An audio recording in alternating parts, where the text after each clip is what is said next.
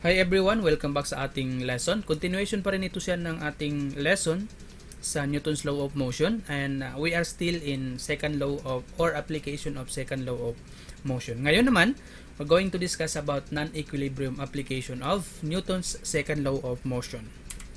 So dito sa non-equilibrium, ang object natin dito ay nagkakaroon ng acceleration. Ibig sabihin yan, ang object natin ay gumagalaw. Pag gumalaw yung object natin, it follows na yung forces natin ay may mga value, hindi siya equals to 0. Unlike doon sa equilibrium na ang acceleration is 0, ibig sabihin wala talagang gumagalaw kasi balance ang force. Dito sa non-equilibrium, hindi balance yung yung force na nag-exert doon sa particular object, kaya nagkakaroon tayo ng acceleration. Having said that, kung ang net force natin is not equals to 0, ang x and y component ng ating forces ay also not equals to 0. So, summation of force in x component is still equals to mass times acceleration in x component. And yung summation ng force natin in y component is equals to mass times acceleration in y component. So, ito yung parang foundation natin ngayon dito, magiging basis natin dito pagdating sa non-equilibrium, na ang forces ay hindi equals to 0 at ang mga accelerations ay hindi rin equals to 0. So mayroong movement na nangyayari. Now let's try to relate this one sa ating sample problem. Assuming meron tayong problem na ganito.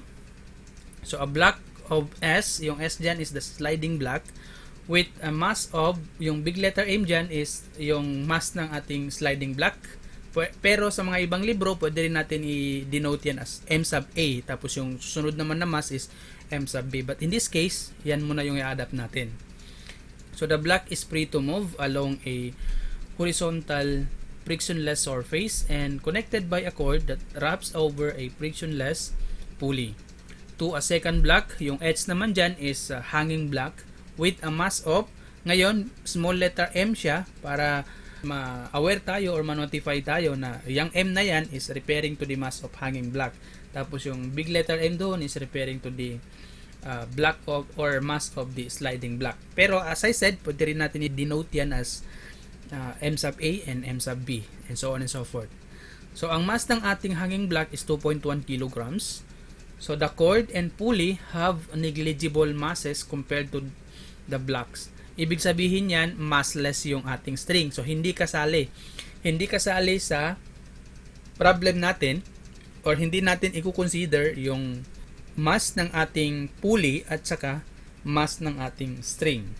So, the hanging block of H falls as the sliding block S accelerates to the right, and find, ito yung hinahanap natin, the acceleration of block S or yung sliding block natin.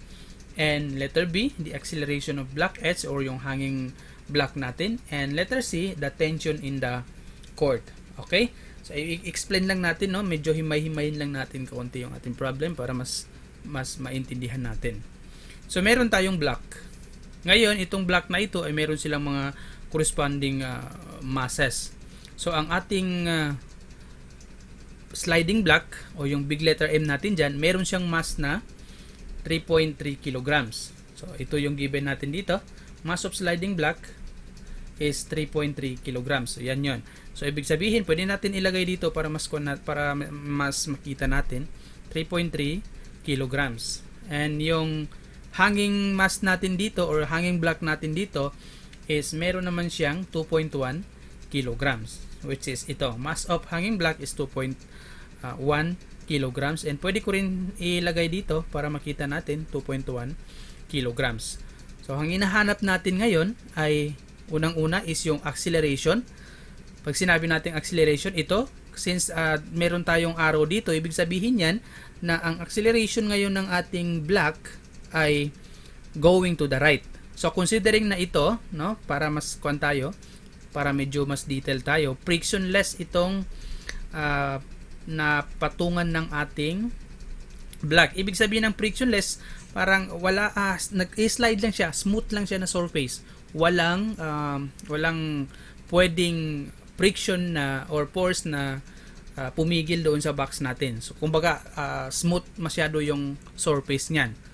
So it doesn't matter kung mas mabigat ito or mas magaan yan, ang mangyayari pa rin dyan ay mag-accelerate pa rin yung box natin kasi nga ina-assume natin base dito sa problem na frictionless yung ating surface. So madulas. Yan ngayon yung isa-set up natin sa imagination natin na madulas yung surface na yan. Mag-accelerate pa rin si M o yung sliding block natin, although mas mabigat siya compare dito kasi frictionless. Okay, so naset na natin yan. Ngayon, ang hinahanap natin ngayon sa letter A is acceleration, itong sliding box. So hinahanap natin yung acceleration, which is question mark. And at the same time, yung letter B natin is acceleration of the block na nakahanging. Obviously, downward ang direction ng acceleration dito. So meron tayong acceleration for sliding block at meron din tayong acceleration for hanging block. Yung letter C natin is tension in the cord. Either of this one. Ibig sabihin yan, yung tension dito at saka tension dyan, we will combine that. Ano yung tension talaga sa cord? Yan yung hinahanap. Kasi kung napapansin natin, ito ay meron ding tension dito between this one. So meron ding tension dyan at dito naman at saka dito ay meron ding tension force dyan. So ano ngayon yung tension force? Ayan. So dito sa unknown natin, nandito naman acceleration of sliding block at saka acceleration of, this is not sliding block, hanging block yan. And ito naman is tension in the cord. So alam na natin yung given, alam natin ang unknown, medyo nabivisualize na natin kaunti dito sa ating picture. Ngayon gagawaan natin siya ng free body diagram.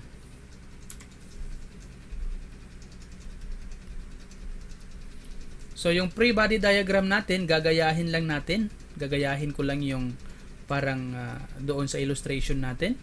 So ito yung box natin, ito yung pulley, so ito yung string natin, ayan, then ito yung second box natin o yung hanging box natin, ayan. So ito yung big letter M at saka ito naman yung small letter m. And itong direction nito is dito, going downward, at ang direction naman nito is going to the right. So parang ganyan yung magiging free body diagram natin, parang kinopya lang natin ito. Okay? Ngayon ile-level natin lahat ng mga value dyan na pwede natin ma-associate or mga variables na kinakailangan natin. So unang-una, identify natin yung mga forces, no? Forces dito sa M natin, dito sa sliding box natin, at saka forces na involved dito naman sa ating mass na nakahang. So for box or block na sliding block natin dito, ang unang-una na force dito ay yung force of gravity natin dyan, which is F sub G. And this is if this is action force or yung force of gravity natin, meron siyang normal force doon, which is F sub big letter N yan. F sub N ang kanyang symbol. So this is F sub N. At dito naman ay meron tayong acceleration, and at the same time meron din tayong tension dito sa cord mismo. And dito naman meron din tayong tension dito. And yung direction ng acceleration natin dito is downward. So ang force naman na nag-act dito sa ating hanging block is dito sa downward na force natin is yung force of gravity natin, or yung force of gravity natin is just be equals to W, and yung W na yan is stands for weight, and yung weight natin is equals to mass times acceleration due to gravity. So sa x component natin, ang x component natin dito is walang nag-act na force dito sa x component natin. So pwede natin mamaya i-assume na ito is 0. But dito naman ang x component nito na nag-act na force dito is yung tension force natin. Okay? Ayan. So medyo nabivisualize na natin, no? Kaunti yung parang pupuntahan ng ating problem. So, gagawin natin ngayon ay i-isolate natin bawat box dito or bawat block dito, and i-analyze natin siya, i-resolve natin siya based on X and Y components ng itong block na ito. So, dito tayo. Let's go to, unahin natin yung sliding block. So, ang sliding block natin, parang ganito yung kanyang free body diagram. I-isolate ko ito, kukunin ko yan. So, parang ganito siya. Ayan. Halimbawa, ito yung box natin dito. Papalitan natin ng kulay para mas ma-visualize natin. Ito yung box natin. So, ito yung mass. Ito yung mass natin. Ito yung kanyang tension force. Ayan. Ito naman yung kanyang force sa baba in Y component na F sub G, and ito naman yung force niya sa taas, yung normal force niya or F sub N, and direction of the acceleration is also similar to the direction of the tension force. So ito yung kanyang free body diagram. Dito naman sa hanging block natin,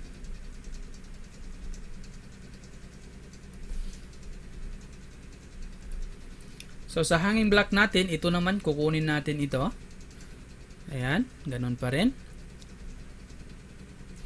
Ilagay ko muna, it is Y, X, Y, X, this one is Y, and X, X.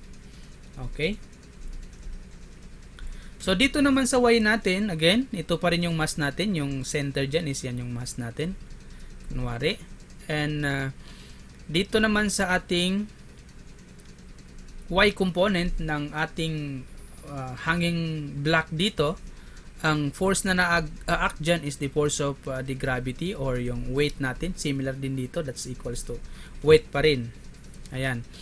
And yung force niya sa taas is the tension force. Tension force niya siya kasi ito yung force dito sa string na ito, ang tawag natin dyan is tension force. Dito naman sa X component natin dito, yung force natin dyan na nag-act, ang tawag natin dyan is tension force. Okay? Pero dito sa kanyang X component, kung nakikita nyo dito sa mismo sa ating free body diagram, walang nag-act na force sa X component. So kaya wala tayong ilalagay dyan. No? Wala tayong ilalagay dyan, or automatically isisiro na natin yan para hindi tayo malilito. So ito lang yung babantayan natin dito. Sa hanging block, more on Y component siya. Sa sliding block naman, more on X and Y component. Meron siyang X component, meron din siyang Y component. So yung medyo may pagka-complicated konti dito sa ating sliding block. Okay? Then next to that is iso-solve natin, no? By block muna tayo. Mauuna tayo sa sliding block and then susunod natin yung hanging block. But take note, no, nababalikan natin ito. Babalikan natin yung concept dito. Dito tayo ngayon iikot. Ito yung basis natin ngayon. So ibig sabihin, bawat block dito ay kukunin natin yung kanyang summation ng kanyang F sub X, which is given by mass times acceleration X, at saka kukunin din natin yung summation of Y component niya, which is given by F sub Y is equals to mass times acceleration in Y component. Okay? So, unahin natin ngayon yung ating sliding. Dito tayo. Sliding block. Ayan. So, analyze natin sa sliding block natin. Ang summation of mauuna muna tayo siguro sa Y. Yung medyo madali ang uunahin natin. So, sa Y component muna tayo. Summation of force in Y component is still given by mass times acceleration sub Y, or papalitan natin ngayon yung expression na ito. Summation of F sub Y is equals to, yung M dyan na mass is gagawin kong big letter M para ma-identify natin or madali natin na ma-recognize na we are dealing with sliding block dito. So, M times A sub Y. Pero pareho pa rin yung walang problema dyan. Okay? Since, no? since, ilagay natin as red color para highlight siya. Since ang a sub y natin, wala tayong acceleration sa a sub y, this is 0. So pag i-substitute natin ito dito, dyan sa ating f sub y na equation, ang mangyayari dyan is f sub y is equals to mass times 0. So f sub y is obviously 0. So 0 ang ating acceleration sa y component ng ating sliding block. Pero in terms of force, yung force ng summation ng force, ang acceleration natin is 0, but the summation of force sa y component is ito, force of gravity minus force of normal force, minus force of gravity. So ibig sabihin, pwede pa natin ito i-rewrite. Dito na siya. Yung summation of force natin, which is y, is equals to 0. The summation of force here is equals to normal force minus force of gravity equals to 0, or pwede natin i-transpose yan dyan. So this is equals to f sub n is equals to f sub g. So ito yung equation natin dito sa ating y component sa sliding block natin. Now remember na y component pa lang ito. Ilagay ko muna dito. This is y component. Ayan. So yan yung y component natin. So let's go to x component. X component natin. Ang x component natin is summation of force in x component is equals to gagamitin ko na diretso yung big letter M natin, or pwede ilagay muna natin ganyan para hindi tayo malito. And this is summation of f sub x is equals to big letter M times A, or acceleration diretso. So since nag-accelerate tayo to the right, so acceleration natin dito obviously is not equals to 0. Pero ano yung summation ng force natin sa x component ng sliding block natin? Ang force lang na involved dito is only tension. So ilalagay ko dito is tension is equals to mass times acceleration. So ito lang yung ito ngayon yung equation dito. Equation pa lang ito, hindi pa ito yung solution. Equation pa lang yan. Ito ngayon yung equation natin for tension in x component, or force in x component. So pwede natin ilagay dito equation number 1. Yan yung equation number 1 natin. Ngayon, itong natapos natin dito is ito pa lang na part, yung sliding block dito.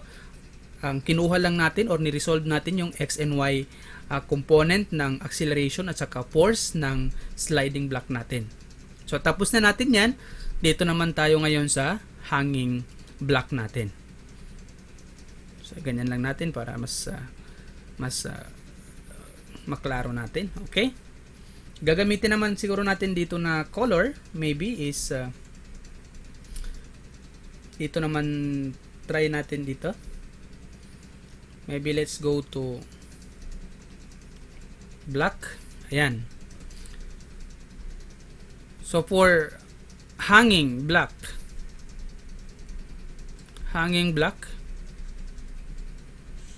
let's go for the y component.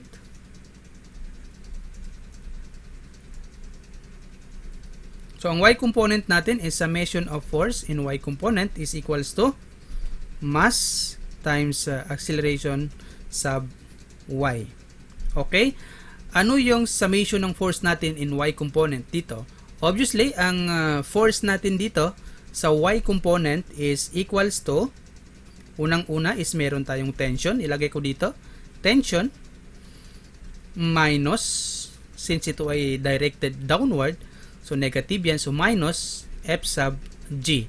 Mayroong libro na W ang nilalagay, instead of ito yung ginagamit niya, ito yung nilalagay nila. Pero wag kayong malilito dyan, if in case man ma-encounter nyo yan pag mag-college na kayo, wag kayong malilito. But you always remember na pag force of gravity is still equals to mass times acceleration due to gravity. Kasi ang W kasi, o yung weight natin, is equals to mass times acceleration due to gravity. So walang problema dyan kung ito man yung ginamit ng libro ninyo pag mag-college kayo or ito yung ginamit ng libro, walang problema. Ang importante is yung dito. Ayan.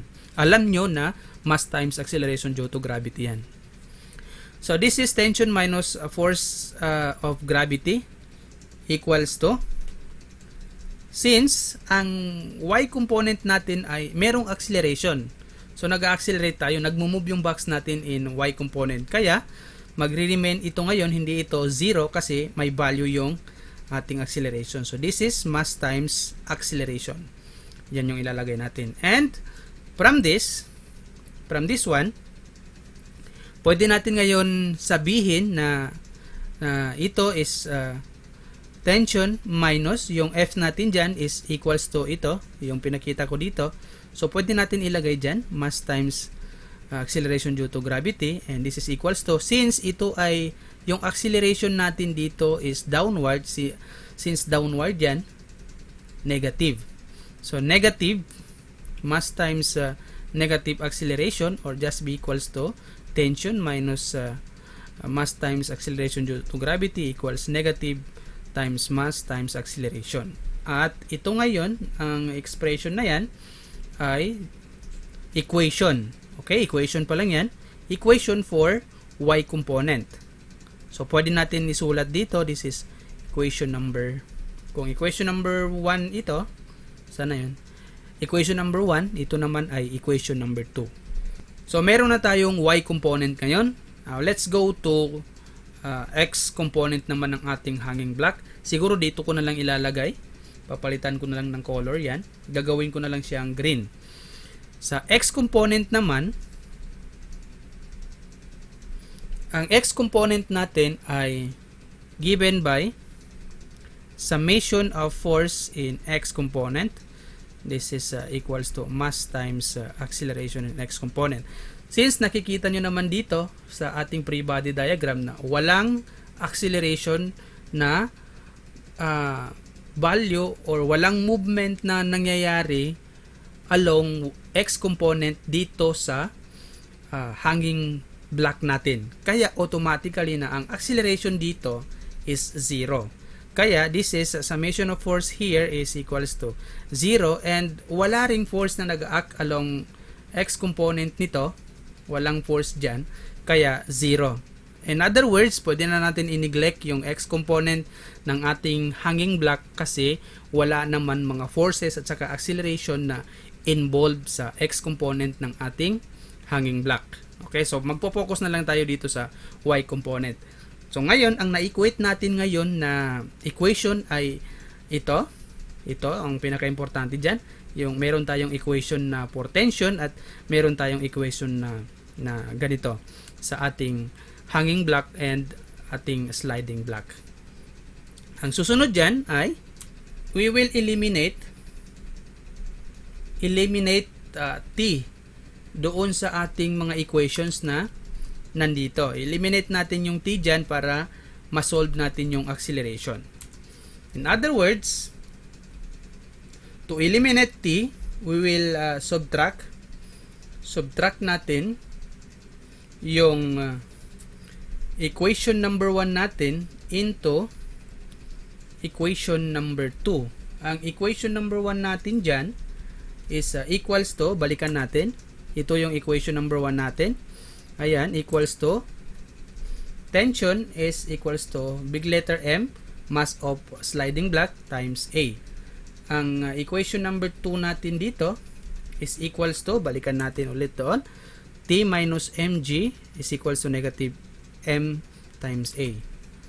So T minus mass times acceleration due to gravity equals negative M times A. So isusubtract natin yan, magiging ganito, T minus mass times acceleration due to gravity is equals to negative mass times acceleration minus T is equals to, ito naman, yan, mass times acceleration.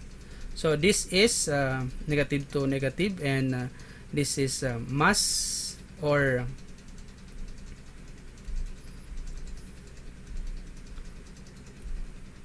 mass times acceleration plus mass times acceleration equals ito is negative negative, magiging positive na rin yan. Mass times acceleration due to gravity, and ito naman ay magka-cancel out ito. So ang natira na expression natin ngayon ay ito.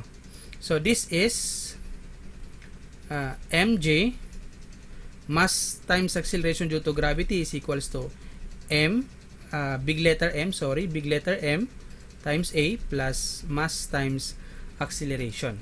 So big letter M ito. Ayan. So gagawin natin ngayon, we're going to solve for acceleration equation. So to solve for acceleration equation, gagamitin natin ito. Ayan. So this is m times g is equals to mass times acceleration plus mass times acceleration. Kukumbine natin yung like term dito. So this is equals to mass times acceleration due to gravity is equals to a times m plus m. Ayan. So magiging ito na siya. Mass times acceleration due to gravity is equals to acceleration times big letter M, mass of sliding block, plus mass of hanging block. So divide both sides of the equation by M, big letter M plus small letter m, big letter M plus small letter m. Cancel out natin ito. So nakitira lang dito is acceleration. So acceleration is equals to mass times acceleration due to gravity divided by mass of sliding block plus mass of hanging block. So itong equation na ito ngayon is the equation for acceleration or equation to solve for acceleration. So lalagay natin dito, level natin ito siya as equation number 3. Okay? Sunod natin dyan, since meron na tayong equation para ma-solve ang acceleration na problem, let's go for solve for the tension equation. Itong tension equation na ito is lalagay ko lang dito. We're talking about the tension in the cord na ito. So doon sa buong cord na talaga yan. Hindi doon sa individual. Buong cord na yan na tension yung tinutukoy natin dito. So to solve for the tension equation, we will substitute equation number 3 into equation number 1. So equation number 1 natin ay ito. And obviously, ito yung equation number 3 natin. So, equation number 1, this is T is equals to big letter M times A. And since acceleration ngayon, yung acceleration natin dito, ay ito na yung magiging value niya. So, instead of using this one, isa-substitute natin yung value dito. Ayan. So, this is equals to, T is equals to big letter M times G divided by big letter M plus small letter m. Ayan na. So, ito na ngayon yung magiging equation natin. Or pwede rin natin gawin na this is para medyo mas simplify pa natin yung form niya. This is equals to m times acceleration due to gravity divided by m plus small letter m. So, this equation now is the equation for solving for the tension in the cord. So, ilalagay ko dito is equation number 4. So, since kumpleto na tayo, almost kumpleto na tayo, lahat ng kailangan natin na equation for acceleration ay meron na tayo. Ito. Equation for tension is meron na rin tayo. Ayan. So, pwede na tayo ngayon mag-proceed to solve for the acceleration, or yes, acceleration muna tayo, and the tension in the cord of our problem. So next is solve for acceleration. Acceleration muna tayo. And to solve for acceleration, obviously, gagamitin natin itong equation na ito, yung dito. Ayan. So acceleration is equals to, ano nga yung formula niya? mass times acceleration due to gravity over, balikan natin muna, big letter M plus small letter m. So this is equals to, so isa-substitute na lang natin yung mga given, ililipat muna natin yung mga given dito para hindi tayo malilito. Yung big letter M natin dyan ay, balikan muna natin doon sa pinakaumpisa. Big letter M natin dyan is 3.3 kilograms. Ayan. And yung small letter M natin dyan is 2.1 kilograms. Yung G natin dyan is 9.8 meters per second squared. Constant value ito. Ayan, constant yan. So, gagawin lang natin ay magsa-substitute lang tayo. So, for acceleration, and this one is 2.1. Substitute natin. 2.1, yung itong mass na ito. Kasi small letter siya. So, ibig sabihin 2.1 kilogram yan. Kaya ito na yung makikita nyo na dito yung essence kung bakit natin ginawang big letter M yung sa sliding block natin, at saka bakit small letter doon sa natin, doon sa hanging block natin. Kasi dito na para hindi tayo malilito dito sa paglalagay ng mga value. And this is, since a constant value yan, 9.8 meters per second squared.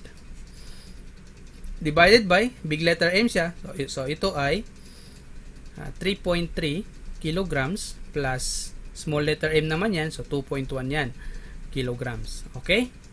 And this is equals to 2.1 times 9.8. So isahin ko na lang ito, no?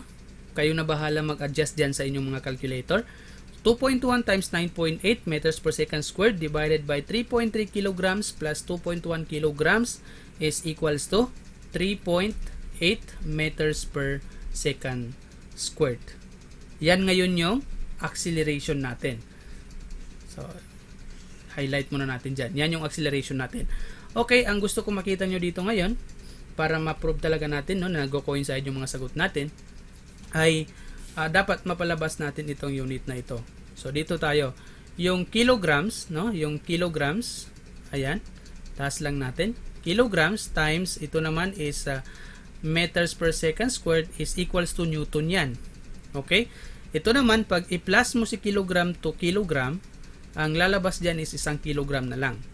So, ibig sabihin, itong si Newton, divided by kilogram. Since Newton is equals to kilogram times meter per second squared, or pwede kong extract muna dito, no? Para makita ninyo, kilograms times meter per second squared. Tapos ito, kilogram plus kilogram is kilogram na lang yan. Cancel out natin yan, cancel out. Ang natirang unit dyan is meter per second squared. Kaya, ang unit natin dito is meter per second squared na tugma naman dito sa ating hinahanap na acceleration. Kasi ang unit ng acceleration is meters per second squared. Okay, so nasagot na natin yung letter A dito.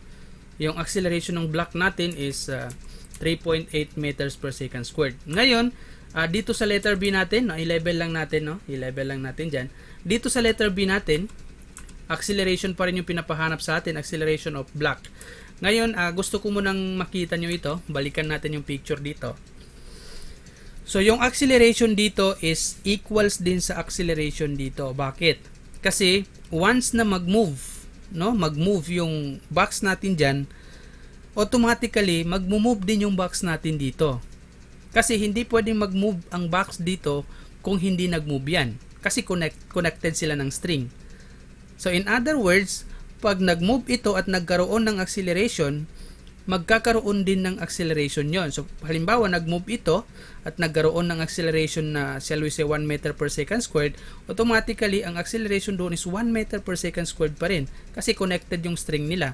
In other words, acceleration of sliding block and acceleration of hanging block ay pareho. So, acceleration of sliding block is equals to acceleration of hanging block. Equals yan. Kaya, babalik tayo dito. Balikan natin yung solution natin dito. Para sa letter B natin, sa letter B, ayan, yung acceleration natin dito, acceleration of the sliding block is equals to acceleration of hanging block, which is itong value na ito, 3.8 meters per second squared. Iyan lang yung solution ng letter B. In other words, pag na-solve natin yung A, solve na rin yung B natin.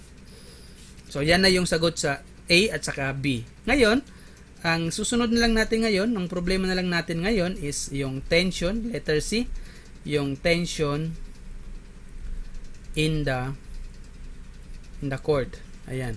Or yung big letter T natin. So, to solve for tension in the cord, ang gagamitin natin dyan ay yung equation na itong equation na yan. So, yan yung gagamitin natin. So, kukopyahin natin yan dito. T is equals to big letter M. Ano yung sunod? Times mg divided by big letter M plus M. So, times M times acceleration due to gravity over big letter M plus M. So, check natin.